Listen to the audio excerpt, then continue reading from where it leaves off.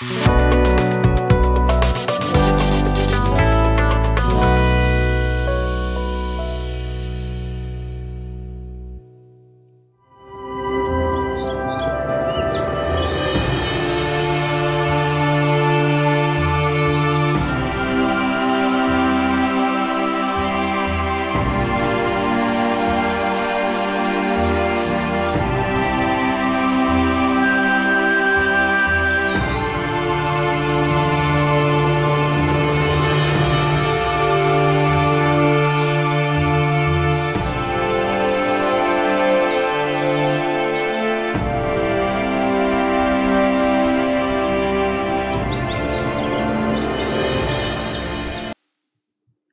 जीशु ख्रीष्ट अति बहुमूल्य नाम संपर्क इंडिया द्वारा प्रस्तुत कार्यक्रम नुआ सकाल आशार आज अध्याय मुझे स्वागत जनाए।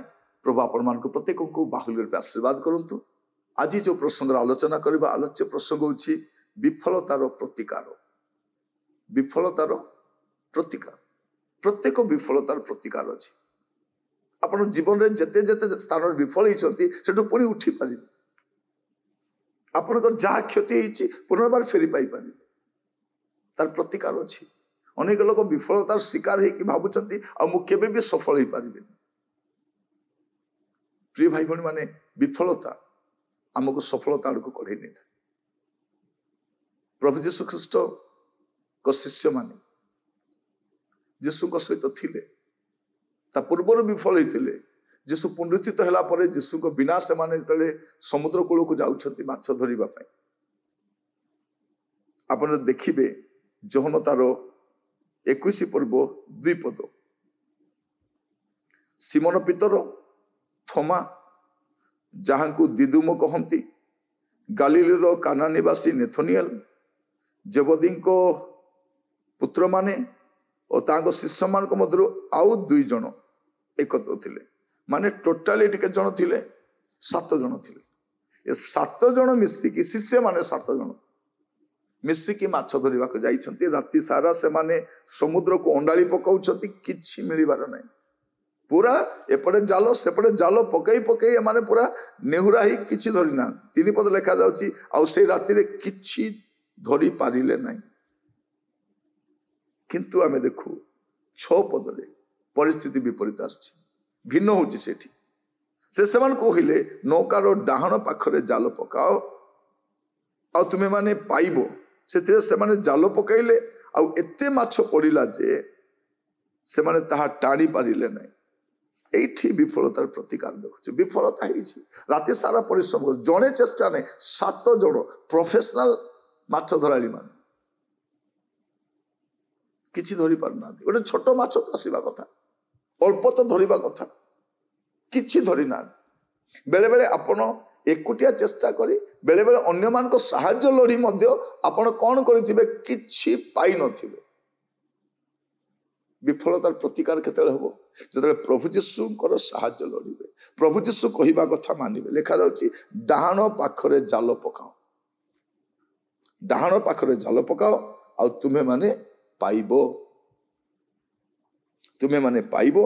सेथिरे से माने जाल पकाइले आउ एते माछ पड़िला जे से माने ताहा टाणी पारिले नै। हुए तो आपण को व्यवसाय रे आपण विफल होइछंती, आपणकर चाकरी क्षेत्र विफल होइछंती, आपण जे कोनोसी कार्य रे विफल होइछंती। म आपण कहिबा पई चाहे तार प्रतिकार अछि। Failure is not final. अनेक लोक विफल ही कि कौन ही जानती पूरा भांगी पड़ती, किए मदुआ ही जाए, किए प्रार्थना छाड़ी दिए, किए पूरा जीवन बंचार आशा छाड़ी दिए। प्रत्येक विफलतार प्रतिकार अच्छी। साहाय्य प्रभु ठार आसे। आप प्रभु कतिके जातु, से आपको साहाय्य करेंगे। प्रभु जीशु निजे आसछन्ति साहाय्य करने। मन रखी था जदि आपण को साहाय्य करने कहीं नथिबे से सब जड़े अच्छा जड़े साहाय्यकारी। प्रभु जीशु देखिले एमानकर नेहुरा अवस्था। जदि एमाने माछ धरी न जाई थांते पचारि थांते कौन आनिलो, राति सारा जाइतिलो 7 जन समुद्र सारा अंडारी पकाइलो कौन पाइलो, किछि पाइन।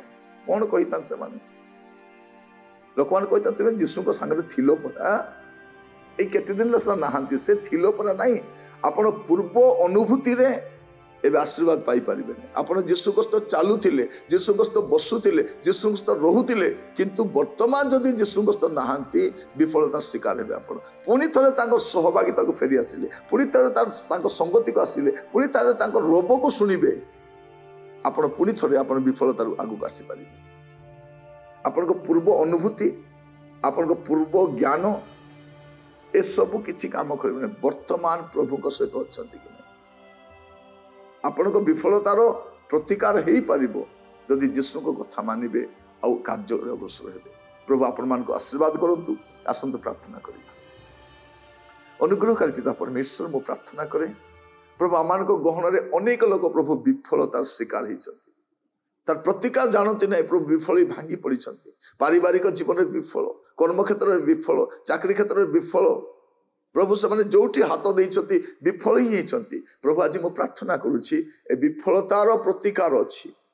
ଜାଣି ପ୍ରଭୁ ଆପଣଙ୍କ କତିକି ଆସିବେ, ପୁଣି ଆପଣଙ୍କର କଥାକୁ ମାନିବେ। ପ୍ରଭୁ ଏଥିପାଇଁ ଅନୁଗ୍ରହ କରନ୍ତୁ। ଆପଣଙ୍କ ଦାସ ଭାବରେ ମୁଁ ପ୍ରାର୍ଥନା କରେ ପ୍ରତ୍ୟେକଙ୍କ ସହିତ ରହି ଆପଣଙ୍କ ମହିମାକୁ ପ୍ରକାଶ କରନ୍ତୁ। ଆଦର ମହିମା ଗୌରବ ଯୁଗେ ଯୁଗେ ଆପଣଙ୍କର ହଉ। ପ୍ରାର୍ଥନାଟି ମୋର ପ୍ରାଣର ପ୍ରିୟ ଯୀଶୁଙ୍କ ନାମରେ ମାଗିଲି, ଆମେନ୍ ଆମେନ୍। ପ୍ରଭୁ ଆପଣମାନଙ୍କୁ ପ୍ରତ୍ୟେକଙ୍କୁ ବାହୁଲ୍ୟ ରୂପେ ଆଶୀର୍ବାଦ କରନ୍ତୁ। ନମସ୍କାର।